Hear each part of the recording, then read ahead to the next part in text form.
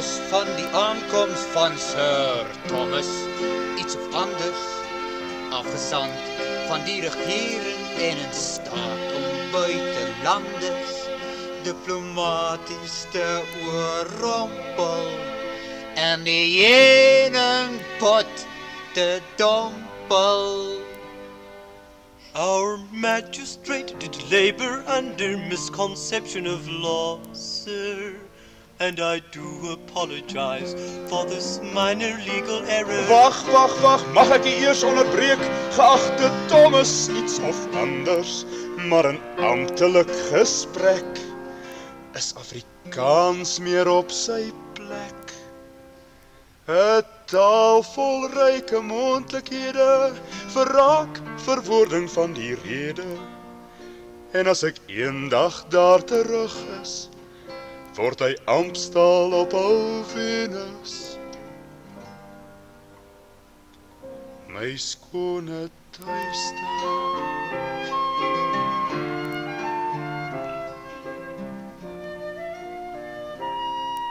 Nou ja, soos ek gesê het, ons is jammer oor die hofsaak.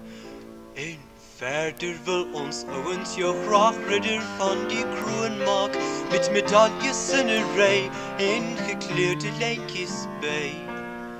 Maar ons sou graag die ding wou hê, waarmee jy almal lam kan lê. Moet my nie verag en verraad van my verwag nie, geen geskenke en geen eer.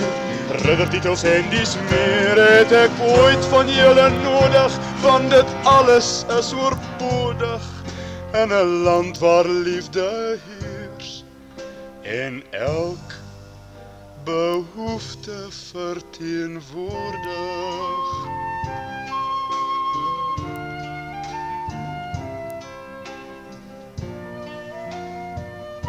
Ons respekteer voorwaar jou edel lewe en wil helaas ook almal daarna strewe om vrede hier op aarde te betrag. Net met liefde kan ons dit vermag. Vaarwel aan jou, geachte Lulurai. Kom maak toch eendag weer by ons 'n draai. Intussen is jy welkom om te bly, solank jy wil, en dan voorspoedig ry.